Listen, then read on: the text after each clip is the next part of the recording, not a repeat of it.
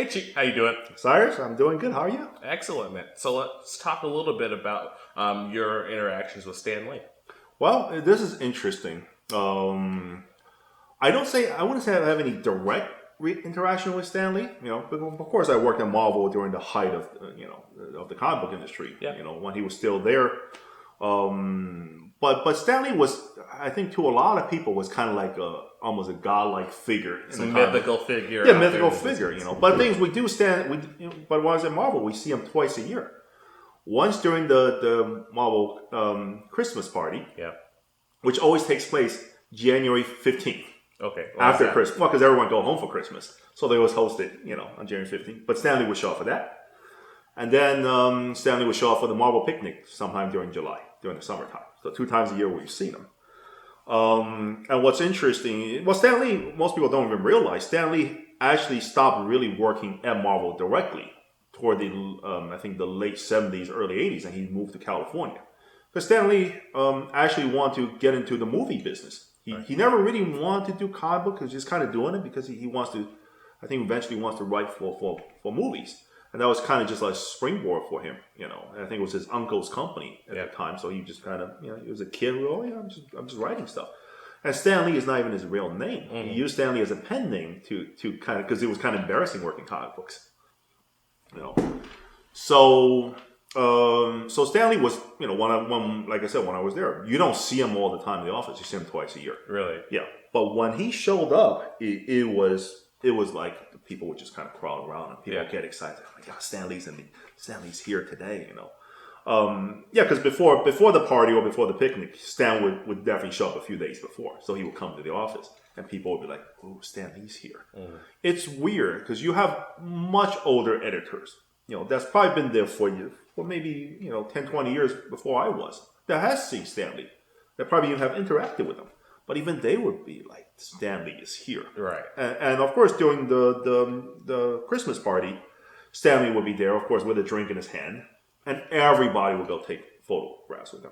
Everybody. I did it like 2-3 years in a row, too. Because you can't help it. Right. But Stan Lee also loves that attention. Stan Lee would be like, hey, because if you're just standing there just kind of a few feet away looking, you kind of might be like, hey, you want to get a photo taken, kid? Come on.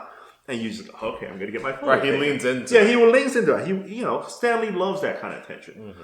Stan Lee is a showman plus, used car salesman is probably the best I would describe him. Yeah. He'll sell you anything. He sold himself to everybody.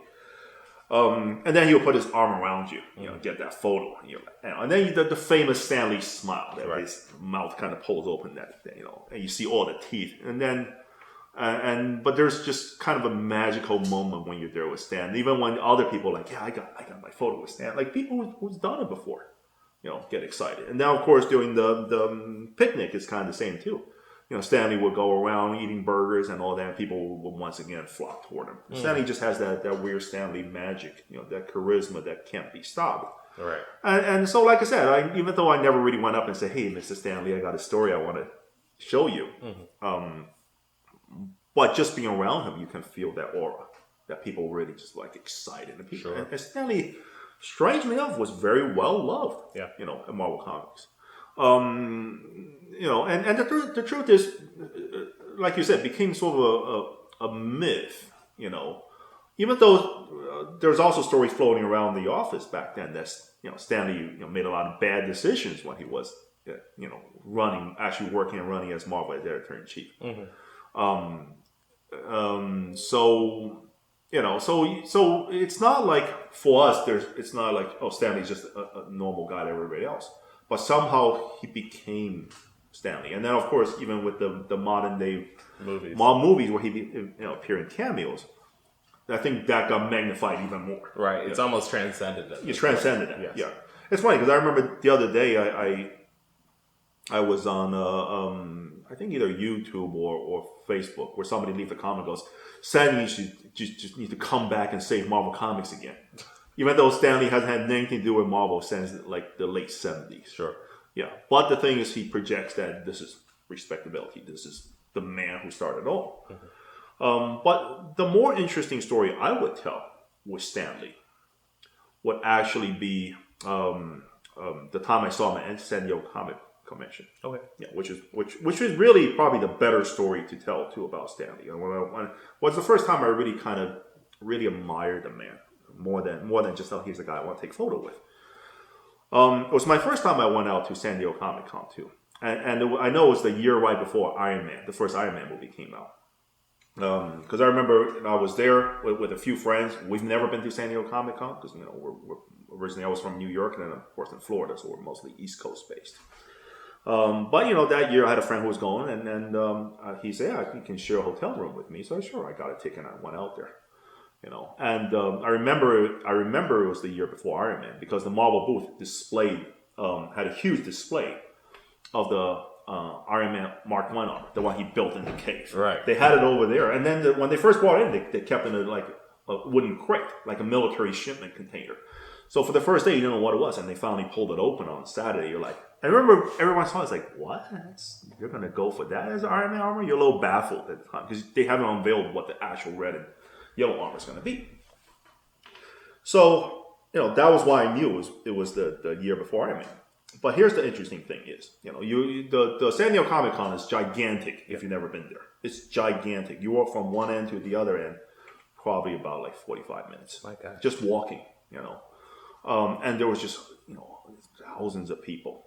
Thousands of people. And talk about this is right before they even become where they are now, where Marvel goes every year as the movie studio presentation.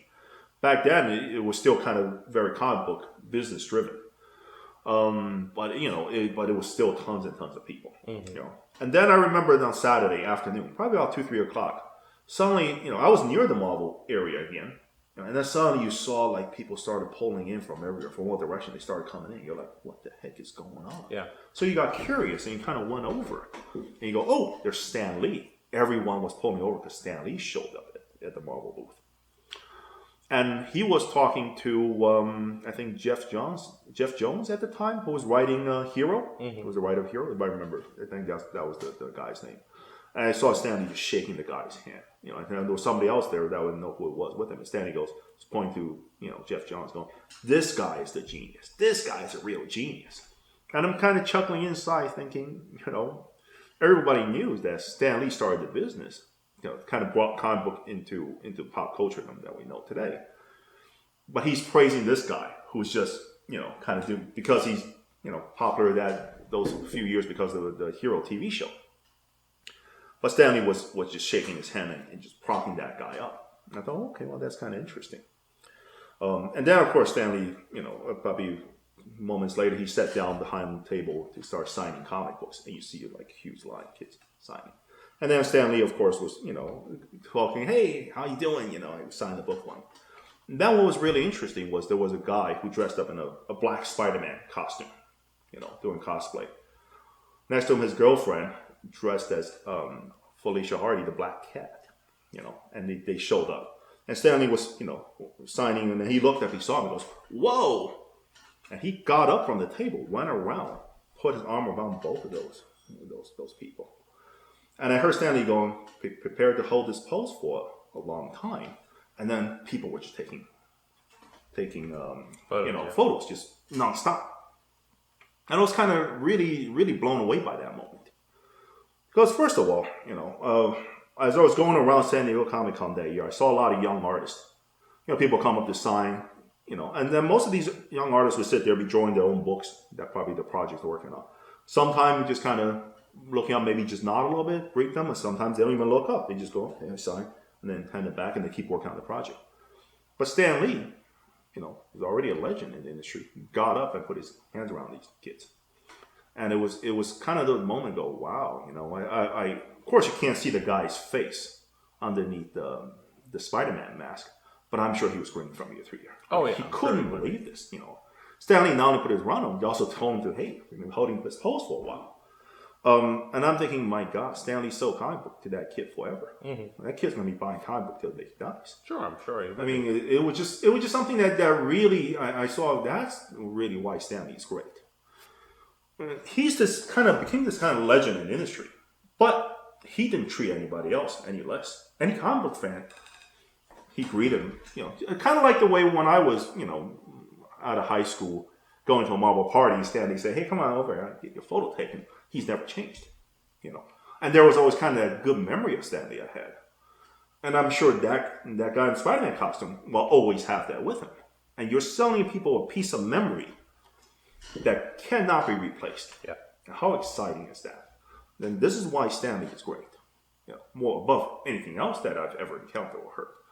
Because I actually saw that. Right. Yeah. So I tell people, I say, you know, if you ever want to become a comic book artist or ever get in the industry, you want to be like that kind of Stanley.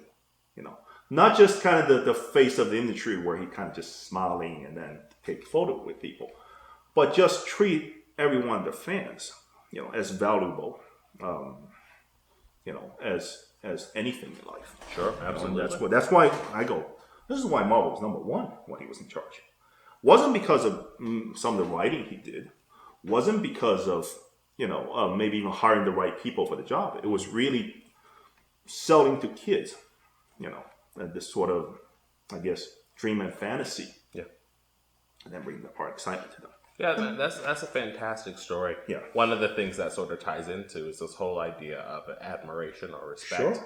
for the fans and the people that really make him what he is. Oh, yeah. You know what I mean? If there's a reciprocation between the fan and the person who's being admired, you know, there's definitely going to always be a positive memory.